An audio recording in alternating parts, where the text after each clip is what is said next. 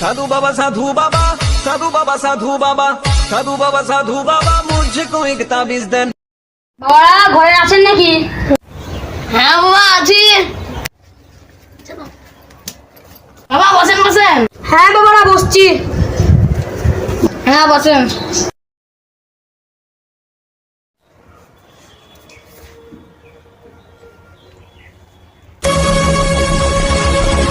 साधु बाबा साधु बाबा साधु बाबा साधु बाबा। এই শানের নিচে সোনা আছে। আমি আজকেই দাঁড়িয়ে লোকজনের শান্তি ভাঙবো। বাবা তোমার জন্য খাওয়া যাওয়ার ব্যবস্থা করছি।